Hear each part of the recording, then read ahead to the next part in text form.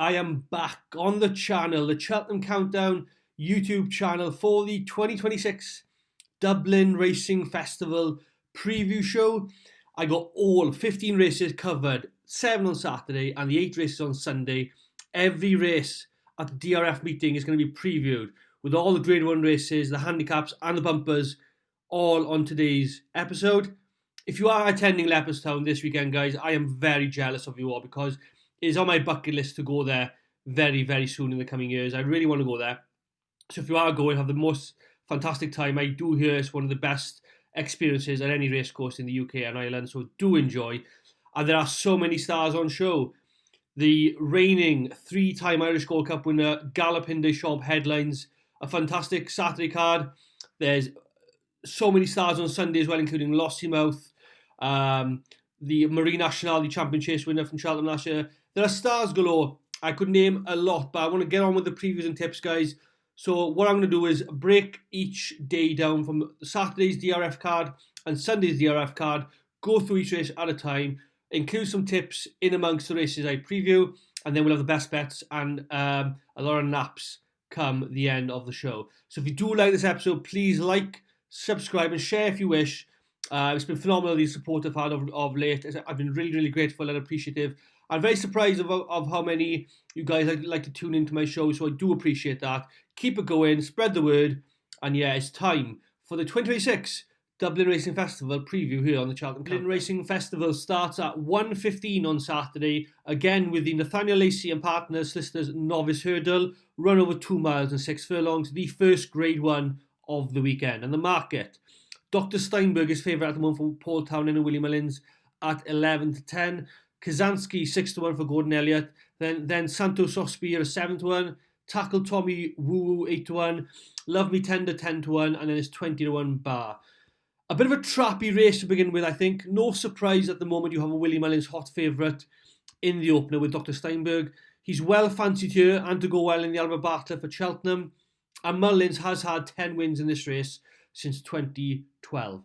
There's plenty of opposition in the race for Gordon Elliott though, with 4 runners declared. Will any of them become a real top-notch animal? I'm not sure. There is one in there for Gordon who I think could be a good horse over this longer trip, and that's Kazansky, second favourite at the moment. And like I said, I want to take on Dr. Steinberg firstly on Saturday. There's enough strong favourites throughout the course of the weekend you can get stuck into, and for me, he's not one of them at the moment. Yes, he won the Grade 2 race at Navan in December, and the form of that race does look pretty good, but I just feel Kazansky, we know he stays well following his Limerick Grade 2 win at Christmas, and Jack Kennedy has picked this horse. He's on board this horse, which is a massive bonus. He could have picked any of the 4 runners that Gordon has yet he's chosen Kazansky. The horse is also proven on testing ground, and the hurdles course will likely remain heavy before the first race on Saturday. One horse as well, I won't forget about this, one horse who won't mind the step up in trip is Riskway again for Gordon Elliott, who was travelling well at Limerick in December, up against an experienced decent hurdler on the day. He'd likely be one who could stay well at the end, and he's 25-1 right now. I wouldn't mind a bit of each way money on him maybe. So I do have 2 there in against the fav, both for Gordon Elliott, who I will side with, Kazansky and Riskway, both likely runners that I'll back each way in the opening race of the second race is another Grade 1, this time for juveniles, over 2 miles. And Narciso Haas is a strong favourite for Mark Walsh and Willie Mullins at 4-5 at the moment. Monch 230, Selma de Veri 9-1 again for Willie Mullins. Then Bertutea 14-1 and it's 20-1 Bar. Narciso Haas, like I said, is strong year for the Willie Mullins camp again, and I'd say his race at Leopardstown at Christmas has proven to be the one to acknowledge the most, with 3 of the first 4 finishers in that race reappearing on Saturday. Narciso Haas won that race over course and distance by 11 lengths ahead of Adrienne, who doesn't go on the weekend, but North Shore and Barbizon do go. They finished 3rd and 4th. Previous to that race, Narciso Haas got touched off by Monch 2 on his first start in Ireland at Ferryhouse in November in a Grade 3. Monch 2 had already run it down Royal previously earlier that month, so had a bit of fitness advantage on her side.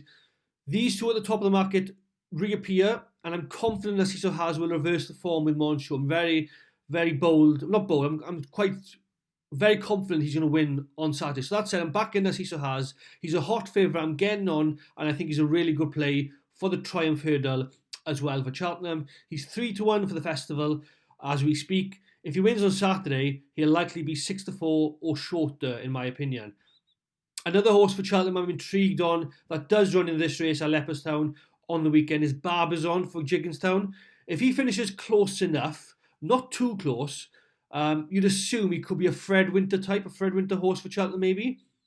I don't think he wins this race or gets anywhere near in a Triumph, so perhaps he could be one to keep an eye on for the lesser race at Cheltenham. But my selection in the juvenile race on the weekend is going to be Narciso Haas for Mark Walsh, William Mullins and JP. The first competitive handicap of the meeting is the 0-150 listed race and stay at Leopardstown handicap hurdle over 3 miles at 225. And County Final is the market leader at the moment at 11-2. Champagne Kid 7-1. Dipped in Moonlight 15-2. Duke Silver 9-1. Son of Anarchy 9-1 and is 14-1. Bar. This is a really competitive renewal this year. Obviously the highest rated is Staffordshire Knot off 147. But then the rest of the horses have a mark of 131 or below. So this will be very interesting to see who is well handicapped for the race. And I'd really like one in here. Champagne Kid for Paul Collins, who will be off 129. He won over the course at Christmas. That was a listed handicap hurdle of 2.5 miles. And before that, won his maiden hurdle prior at Punchestown in November. I think that maiden hurdle form reads well from late November because the horse in fourth that day has won his next start over 3 miles. That horse runs in Nathaniel Lacey first on Saturday. And the horse in seventh has won since as well. Champagne Kid will probably appreciate the softer conditions on the weekend. And also with regards to his last run, he was very good considering he was positioned in the race where I'd want him to be running and settling in the race this Saturday. What I mean is, in terms of tracking the leaders and the pace early on and upsize the pace, to stay out of any potential mishaps, keeping away from any horses tiring in traffic and then battling very hard at the end. He really did stay on well from the last hurdle Leopardstown that day, and the further he went, the more he enjoyed. So I'm going to settle on Champagne Kid at 7-1. The jockey Owen Finnegan does claim £7 off the horse, which will be crucial, and he will be my selection. Yeah, I'm going to side the Champagne Kid 7-1. I have a decent record in this race, guys, because last year I did not flicker of hope. Finished third in the race last year. Wasn't too bad of a run. And the year prior to that, I backed a horse called Gwade Cool, Gaoth Schwill, I called him on the day, I think it was. He finished, I think it was second on the day. So I've had second, third. Hopefully I can get a winner in this race with this year's renewal. Next up is the Irish Arkle Novices Chase, and 3 runners go to post, guys. And Romeo Coolio heads the market at 8-15, Carjesi 2-1, Down Mexico Way 25-1. It's going to be a tactical encounter. I'd imagine the mare Carjesi will make the run-in, as she did over a course and distance at Christmas. And it's just the case if Romeo Coolio will have more speed towards the end of the race to pass Carjesi. In my opinion, I don't think Romeo Coolio is quick enough at 2 miles over fences. I just my opinion. I mean, he just scraped home to beat Irish Panther at Christmas here by half a length. And it took some time for him to get past. And it was really his staying ability that got him home more than speed, I thought, to win that day. He stays further, but does he have the acceleration to kick on and win over a shorter trip? That's my concern with Romeo Coolio and odds on. So again, I'm going to be bold and take on a hot favourite at the prices, and I'm siding with Carjesi in the Irish Arkle. Carjesi won a county hurdle last season, has run well in the Punchestown Champion Hurdle, obviously won the Spring Juvenile Hurdle at this meeting a few years ago. She's got the engine for speed, and what I'd hope is that she makes this race a crawl. She takes the lead from the get-go and keeps enough of her speed in the tank at the end to shrug off Romeo Coolio and Down Mexico Way. She'll have £7 mare's allowance, which will help as well, and she's probably, at the prices, a decent bet with Romeo Coolio odds on at the moment. So I know it's skimpy, but Carjesi 2-1 or Romeo Coolio 8-15. I'm on the side with the mare just because of the reasons I've outlined. The mare's allowance, the fact Romeo Coolio is not quick enough over this trip. Carjesi is proven that she's even higher rated over hurdles than what Romeo Coolio achieved, guys. So I'm in on the mare. I'm in with Cargazy. Paul Townend will ride, and hopefully, with a very slowly run race, she can take Romeo Coolio on the day. So that's going to be my selection in the Irish Arkle. Cargazy to beat Romeo Coolio. 3:30 on Saturday. There is a phenomenal field assembled for the Paddy Power Irish Gold Cup chase over 3 miles, headed by Galopin de Champs, the reigning 3-time Irish Gold Cup winner, 13-8. Gaelic Warrior is in here, 13-2, as is Factor File, 7-1. Affordale Fury, the Savills Chase winner, 9-1. The reigning Cheltenham Gold Cup winner, I know the way you're thinking for Gavin Cromwell, is 10-1. Spindlebury, the mare is in there, 10-1. And you have I Am Maximus, a Grand National winner, at 14-1 as well, and then it's 33-1 and bigger the rest. 13 very good runners will go to post for the Irish Gold Cup. Now, I don't know if I'm going to side with Galopin de Champs at the moment. I think I will. I think I will purely because of his reputation and how good he is at Leopardstown. He is my favourite horse in training, so I should really go for him, to be honest, guys. He is my favourite horse in training at the moment. It's just a case, I'm just sceptical. It's his second run of the season. Obviously missed the John Durkan, but his reappearance running the Savills wasn't too bad. Finished third. It was his first defeat over fences at the course. Will he perform up to his highest ever sort of? He'll need to be at his best to win this race again, I feel. You've got Gaelic Warrior in there who will, I think he'll stay, although he hates Leopardstown. He does hate Leopardstown, so maybe you can cross him off. Factor File, Galopin has beaten several times over this trip and at the course. So the more I think about it, Galopin is by far the rightful favourite, is by far the best horse in the race.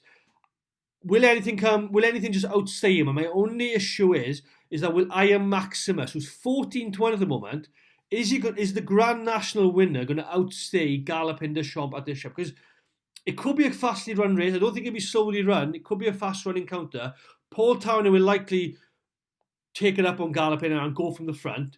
And it's just a case if he can maintain it. He's one of the best stayers we've seen in the modern era, Galopin. But I'm concerned with it being his second run of the season, whereas some of the others have had 2 runs, maybe have had 3 runs. So it's just a case if he's ready to go and if he's fit enough at the moment. So I don't know. I probably will put up Galopin at the moment. The price is a bit skimpy. It's a bit short of form considering it is his second run, like I said. I will have an each way selection in the race, and it'll probably be I Am Maximus, guys. I will probably be I Am Maximus. Jack Kennedy does ride the horse, surprisingly, for Willie Mullins and JP. I can't have another way of thinking. I can't have Factor File. So it's just narrowing it down as a process of elimination. So if I do cross off Gaelic Warrior, who hates Leopardstown, if I cross off Factor File, who Galopin has beaten a couple of times in this race, if I cross off another way of thinking, who I don't think will beat Galopin at this track, the mare Spindlebury has it all to do. Even though she does have mares low, I don't think she'll get near the top geldings in this race. Affordale Fury, obviously one of the course and distance in December, could be finished in the top 3. It's tough, guys. It really is hard. I'm going to stick with Galopin then. I'm going to put my neck on the line. Well, it's not neck on the line. He is the favourite, but I'm going to stick with Galopin de Champs, my favourite horse in training. He will win the Irish Gold Cup for a 4th time. I Am Maximus will finish second at 14-1, and then Affordale Fury, or maybe someone at a bigger price in 3rd. Maybe someone like a Lecky Watson or a Grange Clare West to make it a Willie Mullins 1, 2, 3. So yeah, I'm saying with that, Galopin, I Am Maximus, and then a Willie Mullins horse in 3rd, Grange Clare West or Lecky Watson to make it a Willie Mullins top 3 in the Irish Gold Cup. That's my mind made up. I'll put it on. I'll confirm it now. Galopin will win. I Am Maximus will finish close to him in 2nd place, and then I'm going to stick with a horse in 3rd again for Willie Mullins, either Grange Clare West or Lecky Watson. The penultimate race on day 1 of the Dublin Racing Festival at 4:05 on Saturday is the 2-mile 1 furlong Leopardstown Castle Handicap Chase, a listed race for 0 to 150 rated horses. Western Diego is the market leader, 5-1. Ballysax Hank 13-2. Jacob's Ladder 13-2. More Coco 7-1. Adragul 8-1. Yasko de Dams 8-1. And there's 12-1 bar. I backed 2 in here. I backed Adragul at 7-1. I backed him out earlier, so he's gone up in price a bit. And Battle of Ridgeway, who is higher up in the market, 14-1, who I slightly prefer more at the moment. Adragul won over course and distance in December and received a £10 hike for that win, which won't be ideal. Although the jockey on Saturday does claim a valuable £5 off, so that could come into hand. Gavin Cromwell trains off 142, £5 off, so I'd say he could go close, but he's an each way shot at the moment. Battle of Ridgeway also has a claimer with £5 off his back. He went up £9 after his latest win at Navan. So I'm siding with two in here at an each way price, and hopefully they can continue to improve even more. They are Adragul and Battle of Ridgeway. You also have In the Pocket who runs in here. He was a forgotten horse. Obviously, once was a good sort of option for an Arkle not so long ago. You have Yasko the Dam for Henry de Bromhead as well in here. There's a few decent shots. It could be a case of which horse improves more. I may head to Cheltenham for a grand annual tilt, but we'll wait and see on that front. But my two in here on the last but one race on Saturday is going to be Adragul at 7-1, and I've also backed Battle of Ridgeway at 14-1. He's now going to do 12-1 in some firms. And the first day of the DRF, it is the Grade 2 bumper at 4:40 on Saturday, and the market is headed by It's Only a Game at 6-4, Charismatic Kid for Gordon Elliott at 7-4, Rajuko Mac 13-2 and his 20-1 bar. There are only 7 runners in this race on Saturday, guys, and not one Willie Mullins bumper horse is going to be running in this race. So that just goes to show that he may have a lack of top bumper horses in his yard this season, but who knows, things can change between now and March. I do really like one horse in here, and it is the favourite It's Only a Game. I have backed him in some doubles and knackers in my roll-ups over the course of the weekend for Martin Brazil. He won his first bumper at Puncherstone in November, beating a horse in second that day who has won his first bumper start at Down Royal subsequently by a margin of 18 lengths. So the form is rock solid. I think he'll go well on Saturday. At 6-4, he would be my selection. Charismatic Kid in the second of the market for Harry Swan and Gordon Elliott will have his first run for the yard, first run for the stable, so can't be discredited, but I just want to see how he runs for Connections first time out. And the rest are just at too big of a price at the moment. Gordon Elliott does have 4 runners in the race, so can't be ignored, but I just think they'll all be chasing It's Only a Game's tail. I think he could be a decent shot for the champion bumper if he does win this on Saturday, guys. So consider him for the race at Cheltenham if he wins this race. Martin Brazil is such a shrewd operator, of course, for the Ryans in the ownership. And I think he'll win the last race, the finale on Saturday. So my selection in the Future Stars, it was called Future Stars. It's now the Coates and Geldings bumper, the National Hunt flat race, a Grade 2, sorry, that was completely wrong with myself. It's going to be It's Only a Game at 6-4 is my selection. Moving on to Sunday now, day 2 of the DRF, and there are no declarations out yet for Sunday's card. Obviously, they come out tomorrow. I am recording this on a Thursday afternoon, so Friday morning we'll get declarations to confirm who is actually going to post on Sunday's races. But we will continue. I'll just rattle through. I'll run through as quick as I can the 8 race card on Sunday, kicking off with the 12:40, the 2 mile 2 furlongs. Paddy and Maureen Mullins Mares handicap hurdle listed race. At the moment, there are 25 horses that are entered and confirmed. Obviously, that'll drop after tomorrow, probably. The market headed only by night for Gavin Cromwell 3-1, Cousin Kate 8-1, Sure Gale for Fergal O'Brien, who brings a horse over potentially at 8-1, and the rest are 10-1 and bigger. On first glance, I think Fergal O'Brien's horse, Sure Gale, I think I pronounced that horse correctly, is of a bit of value at 8-1. She finished second behind Nurse Susan on her last start in December. That form has already been boosted after Nurse Susan winning at Sandown last time out. I also like Cousin Kate. She could be a very good horse to follow. Adrienne obviously finished behind Narciso Haz on her last start. So there are a few at the top of the market I do like here, but I'll wait to see who is actually declared fully tomorrow morning before making my selections for Sunday. Nonetheless, the first race on Sunday, I will side with probably one of the 3 if they do go, in Cousin Kate for Dennis Gerard Hogan, or Sure Gale for Fergal O'Brien 8-1, or even Adrienne for Ted Walsh at 10-1 against Only by Night, the favourite. So, like I said, the first race, 12:40, one of those 3 I'll probably side with. There's not many other bigger prices I kind of like, so yeah, I'll stick with one of those 3 for now until declarations come out tomorrow morning. This race is a Grade 1 at Leopardstown, the Ladbrokes Novice Chase over 2 miles, 5.5 furlongs, headed by Final Demand at 4-9 at the moment. For Willie Mullins, K Doty 13-2, Western Fold 8-1, Jimmy DeSoy 12-1, Kitsbuel is in here, and Romeo Coolio are both in here, but they're not going to run. Kitsbuel runs in Sandown in the Scilly Isles on Saturday, and Romeo Coolio, as we know, runs in the Irish Arkle. Calaconti's in there as well. I don't think she'll run. Gold Dancer and Rush won't complete the field for now. Final Demand will probably win. Nothing unoriginal there. It just depends who chases him home and in what kind of manner he wins with. K Doty's interesting for William Ellis and JP. Could be one for either a graded race at the Cheltenham Festival. Could be one for a Jack Richards if he's not too highly rated. I doubt he'll go to a Jack Richards personally, but it could be a graded novice chaser at the festival. Runs in either the Browns or probably running the Brown more than anything, I think. But he'll need to be Final Demand here to stand any chance of winning the Brown Advisory, I think. Western Ford has been very consistent already this season for Gordon Elliott. I don't think the rest will play any part in the race or play any factors in the race. So I think Final Demand he needs to win, obviously, to really become he'll probably be odds on if he wins this for the Brown Advisory at the Cheltenham Festival. He'll need to win it, and in a good way, otherwise people will start crabbing how he has been performing. So yeah, nothing unoriginal, like I said.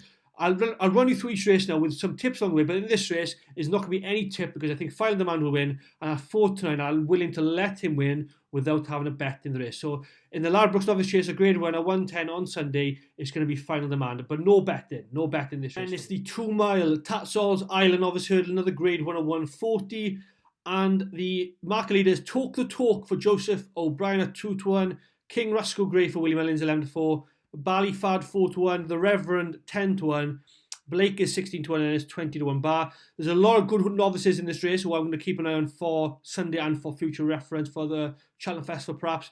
It'll be an informative race for the Supreme Novices Hurdle. One horse I can't have in this race on Sunday is Talk the Talk.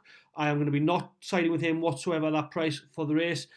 It will either be King Rascal Grey for me or Ballyfad for one for William Ellins or one for Gordon Elliott.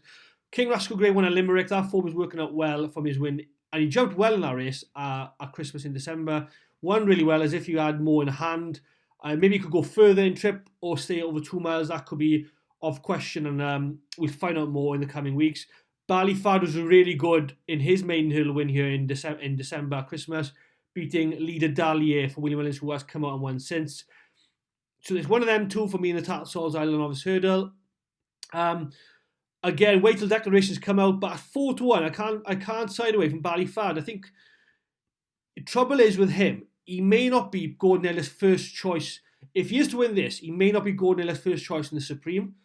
Before this race, I think Jack Kennedy will ride, which will mean he'll be first choice in this race anyway. Before the Supreme Novices Hurdle, if he wins this and El Kairos wins on his maiden hurdle, then you're going to have a switcheroo. Jack Kennedy will probably ride El Kairos and we'll have Danny Gilligan riding Ballyfad or someone else. So it'll be a very informative race on how he wins and who wins and how they win and who races well. But I'm going to side with either King Rascal Grey in the Galopin de Champs colours, in the Ordu Turley colours for William Ellins, or Ballyfad in the Jigginstone colours for Gordon Elliott. Another grade 1 at 2:10 now, and it's a 2 mile, 1 furlong Ladbrokes Dublin Chase, headed by Madgebro's favourite at the moment. I can't have Madgebro, guys. He doesn't jump well enough over a fence. He does not jump well enough. You can't rely on him. Sorry, guys. I'm not siding with Madgebro. I'm not even having him as favourite for this race. So don't understand why he's at the top of the market personally. Don't understand it. Marine National is at 2-1. Should be the other way around. Marine National should be favourite. Madgebro should be second choice. Or maybe even third choice. Because Solness, winner of this race last year, is 7-2. Then in Nergamine, 10-1. Founder 50, 16-1. And then this Only Byned who's got another entry on Sunday. And Sinicia at 100-1. How is Madgebro a favourite? I don't understand it, guys. Sorry, I just don't understand it. Marine National, the outright favourite for the Champion Chase, should be winning this. He needs to win this as well and perform well again to really get back on track for the Champion Chase. Barry Collins seems to think he's really in full swing now and really in top form back at home for this encounter on Sunday. You can't cross off Solness. You can't discredit Solness, in my opinion, guys. He's won this before. He won over course and distance track and trip in December. If he goes from the front again, it's a case of if you make an error from behind, you're playing catch up. So do not write off Solness, but I am writing off Madgebro, guys. I am writing off Madgebro. I can't understand how he's favourite. If he goes and win this, I will be shell shocked. So sorry if you have backed Madgebro, guys. good luck to you, because he will clout the fence or two, I think, on his way around. And Nergamine at 10 to 1, nice to see him back again, of course. But I'm having Marie National at the moment at 2 to 1. I'm happy enough to back him at that price, and I'm happy enough to lay Majborough. That's my opinion on the Dublin Chase this year. Despite Majborough looking as if he should have run better in December, he just does too many errors. Perhaps he's too big for a fence, perhaps. Maybe it's a silly statement, but perhaps he's just too big, can't lift his legs up too high. He clouts the fence too often, for my opinion. Although I backed him in the ARCA last year, he disappointed me, and I can't forgive him. So sorry, guys. It's going to be Marie National or even Solness for the race on Sunday. The race is a likeable race. I like this race. It's a 2 mile, 5.5 furlongs, O'Driscoll's Irish Whiskey Leopardstown handicap chase, grade 3. And at the moment, you've got a fair few horses who may not run, because there's so many runners in this race. There's 29 runners at the moment. And the market is headed with a horse called Bioshal Bot. No idea if I pronounced that correctly, guys. Sorry. Ted Walsh trains at 8 to 1. But if I have mentioned the name wrong, by the way, do put in the comments how you meant to pronounce it. Kim Rock at 8 to 1 as well for Joseph O'Brien. Emma Mullins has Backmere, Sackmere 10 to 1. Kinturk, Calanisi 10 to 1. There's 12 to 1 bar. There's a lot of competitive horses in this race, and it could be a case of who performs well on the day in order to see who progresses onto a plate at the festival. Obviously, you would have seen my latest Antipus tip go on the channel and be in Vincenzo. So it's maybe who could win this and be a rival to Vincenzo on the plate. That's just my opinion.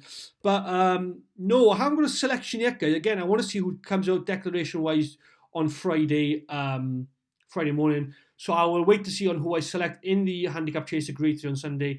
And like I said, yeah, it's competitive enough for renewal. It's one of my favourite races of the meeting, the handicap-wise, because it is it can go to a classier horse, or it can be a well-handicapped horse that wins on the day. So you got to really judge on who you fancy and think of everything when you are making your bet. So for now, no selection in the 245, but it is a competitive Grade 3. But I do have a selection now, guys. In the Irish Champion Hurdle, 3:20 on Sunday, 2 miles, it's going to go to Lossiemouth. It has to go to Lossiemouth, in my opinion.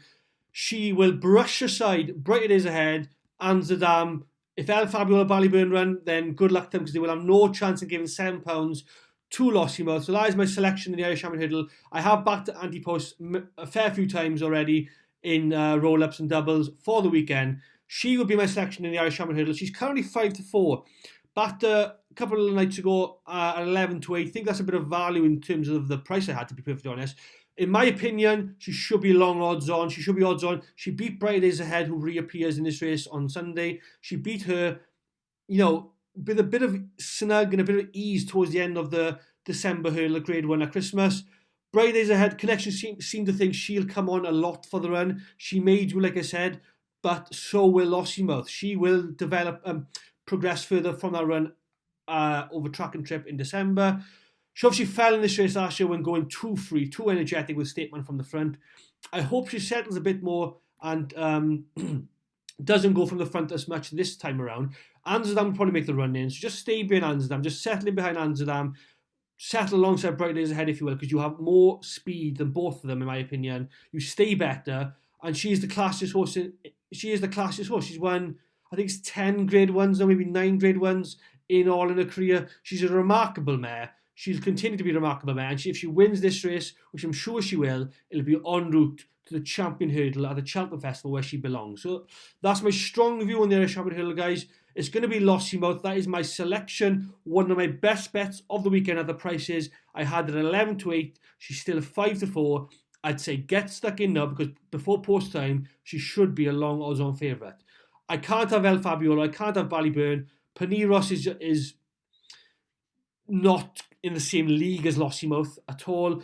Amsterdam, in my opinion, is not in the same league as Lossiemouth. That's just my opinion. So yeah, a strong on favourite, strong on Lossiemouth, and I think she'll go and win this race on Sunday, en route to running in the Champion Hurdle. The penultimate race of the entire Dublin Racing Festival this weekend is at 3:52 on Sunday, the 2 mile handicap hurdle, listed hurdle for 0 to 150 rated horses again. And I like the favourite again in here, guys. At the moment, it is I Started a Joke, who's favourite for Charles Burns, at 7 to 2. A Dream to Share, 8 to 1. Stormheart at 9 to 1. He could be a valuable option, but he is second rated, highest rated in the race for Willie Mullins. 12 to 1 is Cut Quito Bello. Bowen's on fire, 14 to 1 for Gordon Elliott, I should say, and it's 16 to 1 bar. But like I said, I started a joke for Charles Burns, finished in behind King Rascal Grey, who I mentioned earlier on the Sunday card at Limerick in December. He then won, so boosted the foot for King Rascal Grey, but won his maiden hurdle next time out. He should go well in this. Obviously, Charles Burns is such a shrewd operator. He's 7 to 2. I didn't realise he was that short in the market, but he's one I really like at the prices at the moment. Stormheart, like I mentioned, second highest rated in the race. He beat Riscoe in his last run. That was over 2.5, so he steps back down in trip, which could maybe be a bit of a concern. Is he quick enough for this sort of race?